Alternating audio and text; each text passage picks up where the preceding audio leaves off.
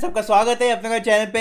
तो जैसे कि मैंने पहले आपको बताया कि एचपीसीएल की तरफ से फिर से नोटिफिकेशन आया है इंजीनियर ऑफिसर पोस्ट के लिए, और अभी अपना जो जर्नी है हम स्टार्ट करने वाले हैं एचपीसीएल के लिए। तो ये फर्स्ट वीडियो होगा जिसमें मैं डिस्कस करूंगा कि आपका सिलेबस और एग्जाम पैटर्न क्या है, नेगेटिव मार्किंग है कि नहीं, नॉर्मलाइजेशन होगा कि नहीं, और बहुत सारी चीज़ें, मोटिवेशन, चैलेंजेस, ये सब हम डिस्कस करते हैं। और इसके बाद जो आने वाला है वो है प्रिपरेशन स्ट्रैटेजी, जो कैसे आपको प्रिपेयर करना है एग्जाम के लिए टू गेट सिलेक्शन। ठीक है, इसके बाद ही फॉर्म फिलिंग वीडियो भी डालूंगा। तो फॉर्म का last date, already form active हो गया है, फॉर्म का लास्ट डेट है 18 सितंबर। तो फॉर्म फिलिंग का वीडियो देख के आराम से फॉर्म भरो।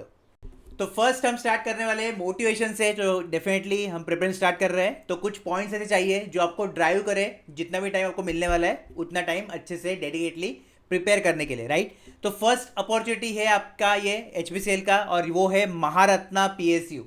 तो महारत्ना पीएसयू जब भी होता है तभी एडवांटेज क्या रहता है कि प्रोजेक्ट्स जो है एचपीसीएल के बहुत बहुत सारे हैं, ठीक है, और उनके पास फ्लेक्सिबिलिटी रहती है कि कौन सा प्रोजेक्ट में वो जाएंगे, किसके साथ स्ट्रैटेजिक पार्टनरशिप करेंगे, वगैरह वगैरह वो होता है, ठीक है। इससे आपका फ़ायदा क्या है कि आपको वैरायटी ऑफ प्रोजेक्ट पे काम करने का मौका मिलता है, और इससे लर्निंग इंप्रूव होता है, ठीक है।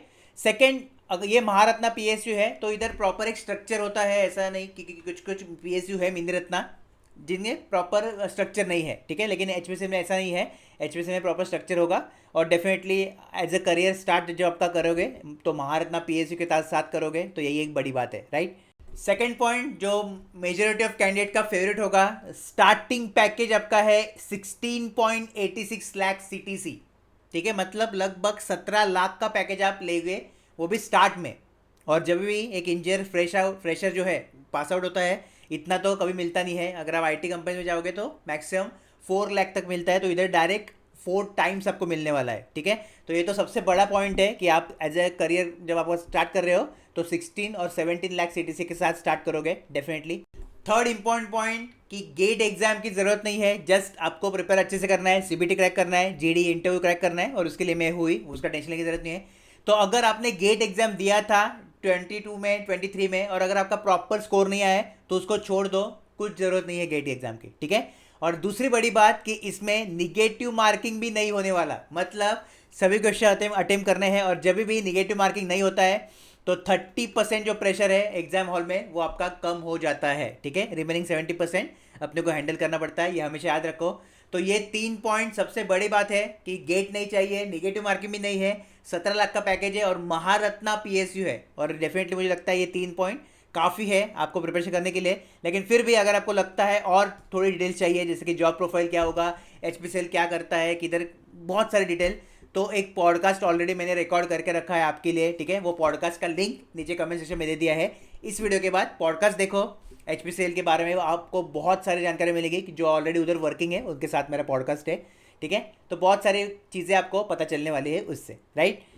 ओके, तो ये तो हो गया मोटिवेशन। अभी मेन अपने प्रिपरेशन में अपने को किधर फोकस करना है, इस पर ज़्यादा हमें फोकस करना है, ठीक है। तो सी चैलेंजेस क्या क्या आने वाले हैं, ये जितना भी टाइम अपने मिलने वाला है प्रिपरेशन के लिए, तो उसमें क्या क्या रहेगा। तो फर्स्ट हम पॉइंट डिस्कस करेंगे। सी अभी एचपीसीएल के लिए मेजर ऐसे कोई चैलेंज नहीं है, लेकिन एक दो पॉइंट है जिसका आपको ध्यान रखना है, क्योंकि लास्ट टाइम बहुत सारे कैंडिडेट आउट हो गए थे इरेस्पेक्टिव ऑफ देयर स्कोर। मतलब पब्लिक का स्कोर बहुत अच्छा था, फिर भी वो रिक्रूटमेंट से बाहर हो गए, कैसे बताता हूँ। तो सी फर्स्ट पॉइंट जो है कि आपको याद रखना है, ध्यान रखना है कि टेक्निकल में 50% आपको कंपलसरी चाहिए, ठीक है। मतलब एग्जाम पैटर्न में आपको आगे बताऊंगा, लेकिन फिर भी 85 का एग्जाम पैटर्न है, तो इसमें 50% ओके आपको ऑलरेडी चाहिए, मतलब लगभग 44 ऑफ समथिंग क्वेश्चन आपको चाहिए, ठीक है। तो ये आपको ध्यान रखना है। 42.5 मतलब 43 क्वेश्चन पकड़ लो, तो ये आपके करेक्ट होने ही चाहिए। अगर नहीं होते तो ये फर्स्ट क्राइटेरिया है, आप डायरेक्ट बाहर हो जाओगे, ठीक है। सेकेंड जो क्राइटेरिया है वो है ओवरऑल कट ऑफ। तो ये बेसिकली था आपका सेक्शनल कट ऑफ, जो कि सिर्फ टेक्निकल सेक्शन को एप्लीकेबल है।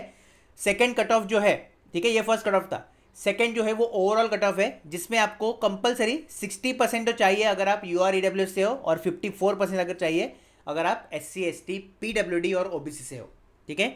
अगर ये सेकेंड आपका क्राइटेरिया मैच नहीं करता है, सेटिस्फाई नहीं होता है, तो भी आप बाहर हो जाओगे, ठीक है। तो ये ठीक है, ऑब्वियसली इतना इसका बड़ा चीज़ नहीं है। थर्ड पॉइंट की तरफ जाते हैं, देखते हैं क्या है। फिर तो थर्ड पॉइंट है वो सबसे ज़्यादा इंपॉर्टेंट है, ठीक है। तो सी लास्ट टाइम क्या हुआ था, मतलब 2021-22 में क्या होता है एचपीसीएल में, ये आपको बता देता हूँ मैं। तो सीबीटी का डेफिनेटली एक कट ऑफ लगता है, उसके बेसिस पे आप आगे जाते हो, ठीक है। जिनका कट ऑफ क्लियर नहीं होता वो बाहर जाते हैं, सिंपल है। लेकिन सबसे इंपॉर्टेंट बात जो है वो है जीडी। तो एचपीसीएल के लिए सबसे बड़ा जो चैलेंज है वो है जीडी और ग्रुप टास्क। क्यों?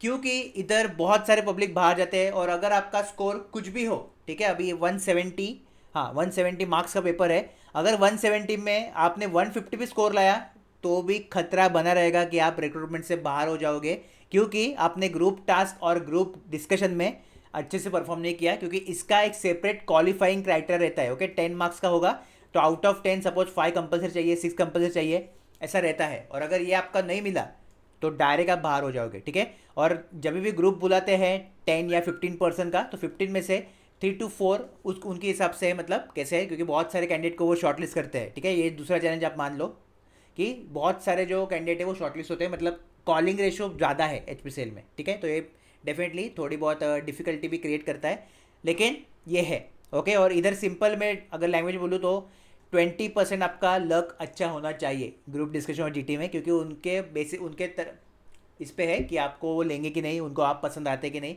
आपका बोलने का तरीका और बहुत सारे फैक्टर जो भी ग्रुप टास्क और ग्रुप डिस्कशन में वो करते हैं, ठीक है। और एज़ कम्पेयर टू जो भी आपका ग्रुप होगा उसमें कैसे पब्लिक आ रहे हैं उस पर भी डिपेंड है, राइट। अगर बहुत अच्छे आपसे स्टूडेंट उस ग्रुप में है तो डेफिनेटली आपका नहीं होने वाला, राइट। तो थोड़ा 20% लक भी इसमें काम करता है। और यही एक बात मैं बताना चाहता हूँ स्टार्टिंग में ही, ताकि आपको ऐसा लगे कि जीडी में मतलब बाद में कुछ प्रॉब्लम हो, ओके। ये पॉइंट को कंसिडर करके आपको फॉर्म भरना है, इसलिए फॉर्म फिलिंग अभी तक डाला नहीं वीडियो मैंने, राइट। क्योंकि ये बहुत इंपॉर्टेंट पॉइंट है, और मैंने ऐसे पब्लिक को देखा है जिन्होंने ज़बरदस्त स्कोर लाया था सीबीटी में, लेकिन जीडी में वो आउट हो गए, ठीक है। जीडी में ज़्यादा पब्लिक जाता है एज कम्पेयर टू इंटरव्यू में सपोज 10 में से चांसेस है कि लगभग 6 और 7 क्वालिफाई करेंगे, 3-4 बाहर जाएंगे, लेकिन जीडी में ये लगभग हाफ है। मतलब अगर 10 अंदर जाएंगे तो 5 कन्फर्म बाहर हो जाएंगे, 5 और 6, ठीक है। तो ये एक बहुत ज़्यादा इंपॉर्टेंट पॉइंट है जो आपको ध्यान रखना है जीडी और जीटी का, राइट, ओके। एंड जो लास्ट पॉइंट है वो है 170 क्वेश्चन इन 150 मिनट, ठीक है। तो सी अभी ये तो हो गए चैलेंजेस, 4 चैलेंज अपने सामने। तो ये फर्स्ट और सेकंड तो अपने लिए मायने रखता नहीं है, क्योंकि अपना जो टारगेट है इस चैनल का वो क्या है, सिलेक्शन चाहिए। और सिलेक्शन के लिए हम कभी भी मिनिमम कट ऑफ देखते नहीं, क्योंकि अपने को मेरिट में आना है, राइट। थर्ड जो रहेगा उसके लिए आप ज़बरदस्त प्रिपरेशन करेंगे, लेकिन मैंने क्या बोला कि 80% अपने पे डिपेंड है और 20% लक आपका होना चाहिए, राइट। तो ये तो मतलब है ही। और फोर्थ पॉइंट भी हम आराम से डिस्कस करेंगे, डेफिनेटली अपना जो मॉक टेस्ट है, स्ट्रैटेजी वीडियो है, इसको कंबाइन करके आप फोर्थ पॉइंट भी आराम से कर सकते हो, ठीक है। तो अभी हम जाते हैं आगे, और एक बेसिक छोटा एग्जाम पैटर्न एचपीसीएल का आपके सामने रख रहा हूँ मैं। 2 सेक्शंस है, technical non technical. Non technical में क्या पढ़ना है, इंग्लिश, रीजनिंग और कॉन्ट, ठीक है। 85 क्वेश्चन आने वाले हैं दोनों के, आपको मार्क्स भी 85 है, मतलब 1 मार्क है पॉजिटिव मार्किंग, निगेटिव मार्किंग 0 नहीं है, मैंने बोला था, ओके। और 120 मिनट्स मतलब 2.5 आवर आपको मिलने वाला है पेपर अटेम्प्ट करने के लिए, ठीक है। तो 170 मार्क का आपका पेपर होगा, टोटल 170 क्वेश्चन आपको अटेम्प्ट करना है 150 मिनट में, ठीक है। ये बेसिक पैटर्न है एचपीसीएल का, ठीक है। नेक्स्ट, अगर आपका पेपर अगर मल्टीपल शिफ्ट में हुआ तो नॉर्मलाइजेशन होगा, नहीं तो नहीं होगा। लास्ट टाइम नहीं हुआ था, 2021 में हुआ था, लेकिन 2022 में एचपीसीएल ने अपना पैटर्न चेंज किया है पूरा, ठीक है, लास्ट ईयर। और अभी नया पैटर्न ही फॉलो करेंगे वो, तो आगे मैं बताऊंगा ही आपको, स्ट्रैटेजी वीडियो में हम डिस्कस करेंगे कैसे प्रिपेयर करना है वगैरह वगैरह, लेकिन आपकी इन्फॉर्मेशन के लिए आपको बता देता हूँ, ठीक है। तो ये जस्ट बेसिक फॉर्मूला उन्होंने दिया है जो वो यूज़ करेंगे नॉर्मलाइजेशन के लिए, ओके। तो अभी एक एक करके आपको सिलेबस दिखा देता हूँ मैं सबसे पहले, और फिर स्ट्रैटेजी वीडियो में हम डिटेल में डिस्कस करेंगे, राइट। तो ये सिलेबस है इलेक्ट्रिकल पोस्ट के लिए। अगर आप इलेक्ट्रिकल को अप्लाई करोगे, कौन कौन एलिजिबल इलेक्ट्रिकल को, इलेक्ट्रिकल इंजीनियर और इलेक्ट्रिकल एंड इलेक्ट्रॉनिक्स इंजीनियर आप एलिजिबल हो। तो सबसे पहले आपको पढ़ना है इलेक्ट्रिक सर्किट, मतलब अपना नेटवर्क थ्योरी, उसको पढ़ना है, ठीक है। इलेक्ट्रोमैग्नेटिक फील्ड्स है, मशीन है, पावर सिस्टम है, इलेक्ट्रिक एंड इलेक्ट्रिकल मेजरमेंट है, पावर इलेक्ट्रॉनिक्स है। तो अभी ऐसा मत समझो कि ये 6 सब्जेक्ट दिए मतलब इतना ही सिलेबस है, क्योंकि ये जस्ट इंडिकेटिव इन नेचर है, इसके अलावा भी और सब्जेक्ट है, ठीक है। तो ऐसा नहीं समझना है आपको कि सिर्फ 6 ही सब्जेक्ट है। अभी इसका प्रिपरेशन कैसे करना है, बुक्स वगैरह क्या क्या चीज़ें है, आगे नेक्स्ट वीडियो जो अपना होगा स्ट्रैटेजी वीडियो, उसमें मैं डिस्कस करने ही वाला हूँ, ठीक है। तो ये था इलेक्ट्रिकल के लिए। बाद में मैकेनिकल को क्या पढ़ना है, तो अप्लाइड मैकेनिक्स एंड डिज़ाइन, ठीक है। इसमें engineering mechanics, mechanics of material, theory of machine, vibration, machine design. बाद में fluid mechanics and thermal science, ये आपका पूरा सिलेबस है, ठीक है। Third section material manufacturing industrial engineering, and जो फोर्थ है वो इधर उन्होंने दिया है प्रोडक्शन प्लानिंग एंड कंट्रोल, ठीक है, इन्वेंट्री कंट्रोल, ऑपरेशन रिसर्च वगैरह। तो ये आपको करना है इसमें, राइट। तो ये जस्ट सिलेबस जो है वो इंडिकेटिव है, इसका मतलब ये नहीं है कि इतना ही करना है, और भी चैप्टर्स और टॉपिक और सब्जेक्ट ऐड हो सकते हैं, वो दे सकते हैं, ठीक है। तो अभी प्रिपरेशन कैसे करना है वगैरह हम डिटेल में नेक्स्ट वीडियो जो आने वाला है स्ट्रैटेजी वीडियो उसमें डिस्कस करेंगे ही। आपको चैनल को सब्सक्राइब करके रखना है और बाकी सब अपडेट मिल ले इसके लिए टेलीग्राम चैनल ज्वाइन करना है। नेक्स्ट है सिविल के लिए। तो सिविल के लिए सिलेबस जो है वो क्या है, तो स्ट्रक्चरल इंजीनियरिंग जिसमें आपको engineer mechanics, solid mechanics, structure analysis, construction material management, construction management, concrete structure, steel structure, then repair and rehabilitation of RCC and masonry structure. ठीक है, बाद में जियो टेक्निकल पढ़ना है, उसमें फाउंडेशन और सॉइल मैकेनिक्स है। फिर water resource engineering, environmental engineering और transportation, geometrics and building architecture and maintenance. तो ये 7 सब्जेक्ट के अलावा और भी सब्जेक्ट ऐड हो सकते हैं क्योंकि ये सिलेबस आपका फाइनल सिलेबस नहीं है, जस्ट टेंटेटिव और इंडिकेटिव है। ठीक है, अब इसका प्रिपरेशन कैसे करना है वगैरह वो हम स्ट्रैटेजी वीडियो में डिस्कस करेंगे। तो उसके लिए क्या करना है, चैनल को सब्सक्राइब करना है और टेलीग्राम व्हाट्सएप चैनल ज्वाइन करना है, लिंक आपको नीचे कमेंट सेक्शन में दिया है। ओके, बाद में केमिकल के लिए क्या पढ़ना है, तो प्रोसेस कैलकुलेशन, थर्मोडायनेमिक्स, जिसके अंदर आपको जो टॉपिक पढ़ने हैं वो उन्होंने दिए हैं, तो ये आपको याद रखना है। ठीक है, second fluid mechanics and mechanical operation, third heat transfer, mass transfer, chemical reaction engineering, instrumentation and process control ये पढ़ना है, plant design economics, chemical technology and net zero concept. और ये जो सिलेबस है आपका फाइनल सिलेबस नहीं है, इंडिकेटिव है, तो इसके अलावा भी और सेक्शन और चैप्टर ऐड हो सकते हैं। ठीक है, तो ये ध्यान रखना है। प्रिपरेशन कैसे करना है वगैरह मैं आगे आपको डिस्कस करूंगा इस स्ट्रैटेजी वीडियो में। तब तक क्या करो, चैनल को सब्सक्राइब करो और वीडियो को लाइक करके व्हाट्सएप एंड टेलीग्राम ग्रुप दोनों ज्वाइन करना है। ओके, तो नेक्स्ट है इंस्ट्रूमेंटेशन इंजीनियरिंग और लास्ट ईयर ही आपका सिलेबस कंप्लीट चेंज किया है एचपीसीएल ने। तो क्या क्या सिलेबस में आपको पढ़ना है सबसे पहले मैं दिखा देता हूँ। ठीक है, शॉक मत होना क्योंकि बहुत सारी चीज़ें हैं, इतना डेफिनेटली अपने को करना नहीं है, जो करना है मैं आपको स्ट्रैटेजी वीडियो में डिस्कस करूंगा, लेकिन देख लो क्या दिया है वो देख लेते हैं। ठीक है, और डेफिनेटली यही रहेगा 23-24 में भी, ऐसा नहीं वो चेंज कर देंगे, मोस्टली यही रहेगा। अगर कुछ हुआ भी चेंज तो मैं आपको अपडेट करता रहूँगा, प्रॉब्लम नहीं है। तो सबसे पहले मेजरमेंट, ऑब्वियसली इंस्ट्रूमेंटेशन का ब्रांच है और मेजरमेंट नहीं, ऐसा नहीं हो सकता, तो फर्स्ट प्रायोरिटी मेजरमेंट है। ओके, उसके अंदर क्या क्या टॉपिक उन्होंने लिखा है वो एक बार देख लो।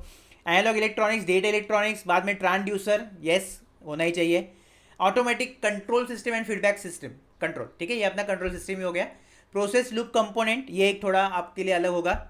Micro processor, micro controller, power electronics and drives, ठीक है। Industrial automation, PLC and application.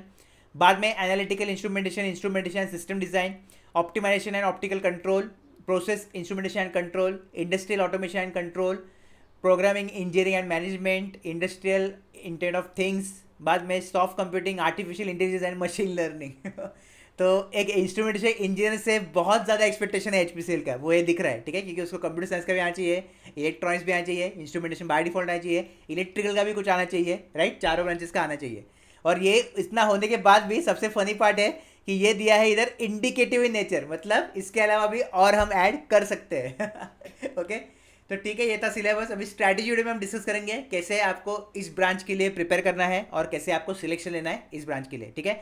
जो भी मैं बताऊंगा स्ट्रैटेजी वीडियो में उसको आपको फॉलो करना है कुछ भी करके, और डेफिनेटली आसान है कि क्रैक करना, डेफिनेटली डिफिकल्ट नहीं है, राइट। सिलेबस बहुत बड़ा आपको दिख रहा है, लेकिन प्रॉपरली स्मार्ट वे से कैसे इसको डील करना है मैं आपको आगे बताते रहूँगा, ठीक है। तब तक चैनल को सब्सक्राइब करना है और वीडियो को लाइक करके टेलीग्राम व्हाट्सएप ग्रुप ज्वाइन करके रखना है, बहुत ज़्यादा इंपॉर्टेंट है, ठीक है। तो अब रेडी रहो एचपीसीएल एग्जाम के लिए, क्योंकि नेक्स्ट वीडियो फॉर्म फिलिंग, उसके बाद स्ट्रैटेजी और फिर अपना प्रिपरेशन हम धीरे से स्टार्ट करेंगे एचपीसीएल के लिए। सीरियस हो गया अगर आप पढ़ाई करोगे तो ये महारत्न आपको मिलेगा ही मिलेगा। ओके, एप्टीट्यूड, रीजनिंग और जीके, अपना इंग्लिश में क्या पढ़ना है वो मैं स्ट्रैटेजी में डिस्कस करूंगा, उसका सिलेबस देने की जरूरत नहीं है। कुछ भी क्वेरी, कुछ भी डाउट है नीचे कमेंट करना है। अगेन रिमाइंडर, वीडियो को लाइक करो, शेयर करो सभी के पास, और main thing Telegram and WhatsApp group को आपको ज्वाइन करना है, ठीक है। मैं मिलूंगा आपको नेक्स्ट वीडियो में जो होगा form filling and strategy video.